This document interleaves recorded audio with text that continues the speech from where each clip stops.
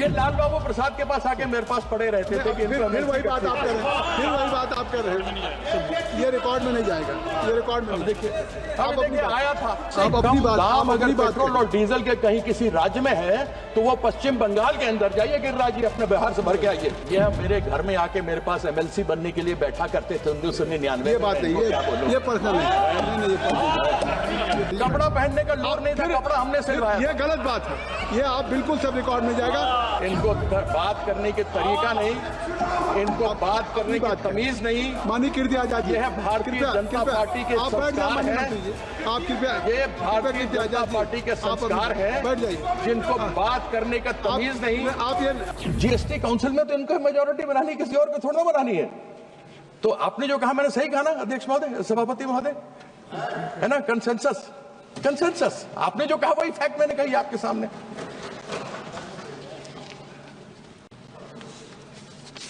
एक बार हमने सुना प्याज की बात, हमने सुना कि माननीय वित्त मंत्री महोदया ने कहा कि उनसे पूछा गया कि प्याज के दाम बहुत बढ़ गए हैं। उन्होंने कहा मैं प्याज खाती नहीं इसलिए मुझे दाम मालूम नहीं। सभापति महोदय, पेट्रोल और डीजल तो हम लोग भी नहीं खाते लेकिन दाम तो मालूम है। Petrol diesel, yes, no, we don't eat petrol diesel like she doesn't eat onions, but yet we know the price. Price तो हमको मालूम है साहब कि पेट्रोल डीजल के दाम क्या है। और सेंट्रल गवर्नमेंट ने पेट्रोल डीजल के अंदर पेट्रोल में 19.9 प्रति लीटर का एक्साइज लगाया हुआ है, डीजल में 5.8 रुपए प्रति लीटर का इन्होंने एक्साइज लगाया हुआ। ये बढ़ाया है इन दिनों में। जिस समय स्वर्गीय मनमोहन सिंह जी हमारे प्रधानमंत्री थे, उस समय कच्चे तेल की कीमत $112 प्रति बैरल थी। तब उस समय दिल्ली की बात करता हूं, 65 रुपए प्रति लीटर पेट्रोल था। जिस समय माननीय नरेंद्र मोदी जी यहां पर प्रधानमंत्री बनकर के आए, उस समय कच्चे तेल के बैरल की कीमत $60 प्रति बैरल थी।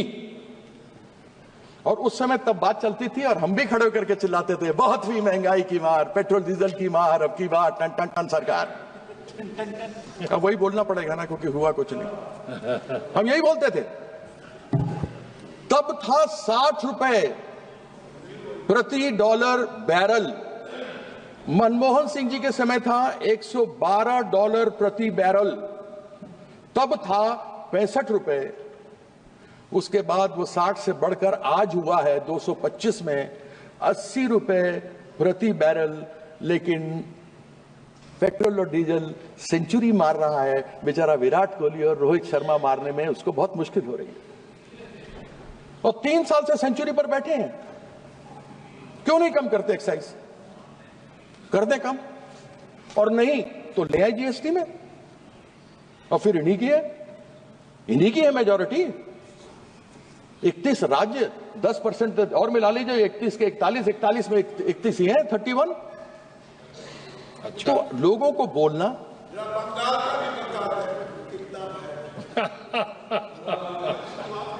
अध्यक्ष, इनका जवाब दे दूं? आप कहें तो दे दीजिए। सबसे कम दाम अगर पेट्रोल और डीजल के कहीं किसी राज्य में है तो वो पश्चिम बंगाल के अंदर जाइए, गिरिराज जी अपने बिहार से भर के आइए।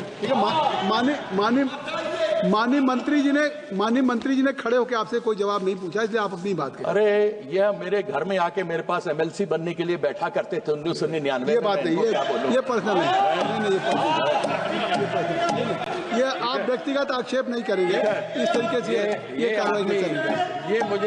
ये मुझे बताएंगे। ये इनको बात करने के तरीका नहीं, इनको बात करने की तमीज नहीं। माननीय कीर्ति आजाद, यह भारतीय जनता पार्टी के संस्कार है। आप कृपया, ये भारतीय जनता पार्टी के संस्कार है। बैठ जाइए। जिनको बात करने का तमीज नहीं, आप अपने से बड़ों से कैसी बात की जाती है इनको ये नहीं मालूम। आप अपने सदन में किस तरीके से बात की जाती है इनको ये नहीं मालूम। ये तुम करके बात कर रहे हैं, मैं इनसे आप करके बात कर रहा हूँ। लेकिन आजाद जी नहीं कर सकते। आप बैठ जाइए। इनका भगवान कुछ नहीं कर कर सकता। माननीय मंत्री बैठ जाए, इनका कुछ नहीं कर सकता। माननीय मंत्री ठीक है, ये देखिए आप भी करके बोलते हैं। माननीय कीर्ति आजाद जी, मैं आपसे बात कर रहा हूं, बहुत वरिष्ठ हैं। ये आपसे बात, ये लाल बाबू प्रसाद के पास आके मेरे पास पड़े रहते थे कि फिर वही बात आप कर रहे हैं, फिर वही बात आप कर रहे हैं। ये रिकॉर्ड में नहीं जाएगा, ये रिकॉर्ड में देखिए आया था। आप बैठ जाए माननीय मंत्री जी, आप बैठ जाए। माननीय मंत्री जी, कपड़ा पहनने का लोर नहीं था, कपड़ा हमने सिलवाया। ये गलत बात है, ये आप बिल्कुल सब रिकॉर्ड में जाएगा। इस तरह के आक्षेप आपसे अपेक्षा नहीं है। माननीय कीर्ति आजाद जी, इस तरह का आक्षेप बोलेगा तो मैं आप किसी माननीय सदस्य के ऊपर नहीं, आप सर ये तमीज आप बजट पे बोलिए, इसका तमीज देखिए। लेकिन माननीय कीर्ति आजाद जी, आप बजट पे बोले, आप इस तरीके की बात किसी के ऊपर व्यक्तिगत आवाज आप सुन रहे हैं? आप सुन रहे हैं क्या बोल रहे हैं? आप उनका रिकॉर्ड में नहीं जा रहा है, उनका रिकॉर्ड में नहीं जा रहा है। आप क्यों संज्ञान ले रहे हैं? रिकॉर्ड में नहीं जा रहा, आप संज्ञान मत लीजिए। लेकिन आपको व्यक्तिगत क्यों करते हैं? नहीं, आप बैठे रहिए, आप चुप रहे। आप कीर्ति आजाद जी को मैंने सभापति जी 1.7 करोड़ रुपया जो पश्चिम बंगाल का बकाया है वह 1922 से पश्चिम बंगाल को नहीं दिया गया, जिसमें एक जीएसटी है 2022 से नहीं दिया गया। 2022 से क्षमा कीजिएगा, 2022 से नहीं दिया गया। रिपीट कर दो फिर से, कितना पैसा? 1,70,000 करोड़ रुपया जो पश्चिम बंगाल का हिस्सा है 2022 से पश्चिम बंगाल को नहीं दिया गया। उसमें हिस्सा जीएसटी का भी है। जीएसटी फेडरल इकोनॉमी है तो फेडरल जीएसटी तो आना चाहिए।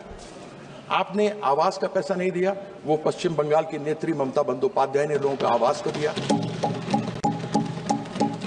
इन्होंने स्कूलों के लिए नहीं दिया, सर्व शिक्षा अभियान के लिए नहीं दिया, वह भी पश्चिम बंगाल की नेत्री ममता बंदोपाध्याय ने अपने बजट से दिया। घर नहीं मिले, उसका भी बजट पश्चिम बंगाल की नेत्री ने दिया।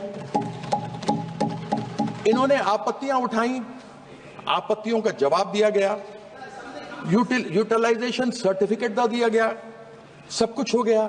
जीएसटी काउंसिल में बैठक हुई, जीएसटी काउंसिल में बैठक हुई, हेल्थ यानी स्वास्थ्य को लेकर सब बातें हुई। उसमें हमारे स्वास्थ्य साथी जो ममता बंदोपाध्याय की सरकार वहां चलाती है उसको सबसे बढ़िया कहा गया। वह स्वास्थ्य साथी जो महिला, सबसे बड़ी महिला एक परिवार में होती है, उनके नाम से एक कार्ड होता है, और प्राइवेट हो या पब्लिक हो, महिला, उनके पति, उनके माँ बाप, उनके सास ससुर, उनके बच्चे सभी किसी भी निकटतम अस्पताल में जा सकते हैं, उपचार करा सकते हैं, और डायरेक्टली सरकार की तरफ से पैसा वहां पर हॉस्पिटल में दिया जाता है, इंक्लूडिंग प्राइवेट हॉस्पिटल। लेकिन हमारे जो यहां से मिलता है उसमें अनेकों मानक हैं। छत है तो नहीं मिल सकता, मोटरसाइकिल है तो नहीं मिल सकता, साइकिल है तो नहीं मिलेगा, और 2011 के सेंसस से है, कृपया यहाँ पर सभी को मिलता है। कृपया संक्षिप्त करें, 15 मिनट हो गया जी, मैं खत्म कर रहे हैं भाई। अब ये कहते हैं कि साहब इन्होंने मानक तय किया। अब ये मैं जानना चाहता हूं कि संविधान के किस प्रावधान में या किस धारा में ये लिखा हुआ है कि किसी एक रंग का पर आप स्कूल को अगर आप रंगेंगे या अस्पताल को रंगेंगे तभी आपको पैसा मिलेगा? क्या हिंदू धर्म में एक ही रंग है, या हिंदू धर्म में अनेकों रंग हैं? हमारे सनातन में अनेकों रंग हैं। यह चाहते हैं कि केवल भगवा में रंग दें, लेकिन भगवा के अनेकों भी रंग हैं। जो महादेव के सिर में चंद्रमा इठलाता है वो सफेद है, सोमवार सफेद है, सफेद रंग है चंद्रमा का।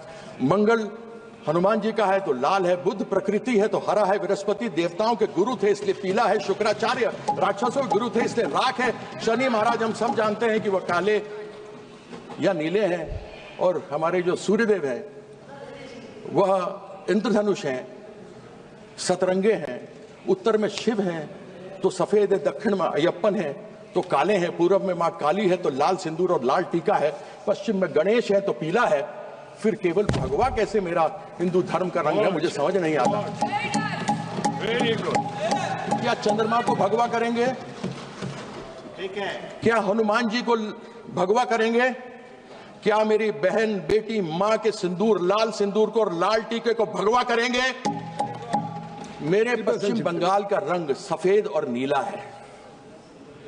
नीला शनि महाराज का रंग है, नीले को ये भगवा करना चाहते हैं। 2021 में तो 2021 में तो जब इन्होंने नीला करने के लिए आया था, जब ये अपना ध्वज गाड़ने आए थे, तो 2021 में तो शनि महाराज का ढैया लग गया।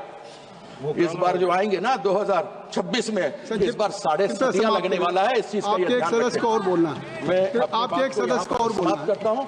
बहुत बहुत धन्यवाद। समय बोलने को बहुत कुछ था, लेकिन मेरे भाई साहब ने समय ले लिया, इस कारण से मुझे अपना वक्तव्य को छोटा करना पड़ रहा। मैं आपका धन्यवाद करता हूँ। धन्यवाद। न्यूज नेशन अब व्हाट्सएप पर खबरों की ताजा अपडेट के लिए न्यूज नेशन के इस QR कोड को स्कैन करें।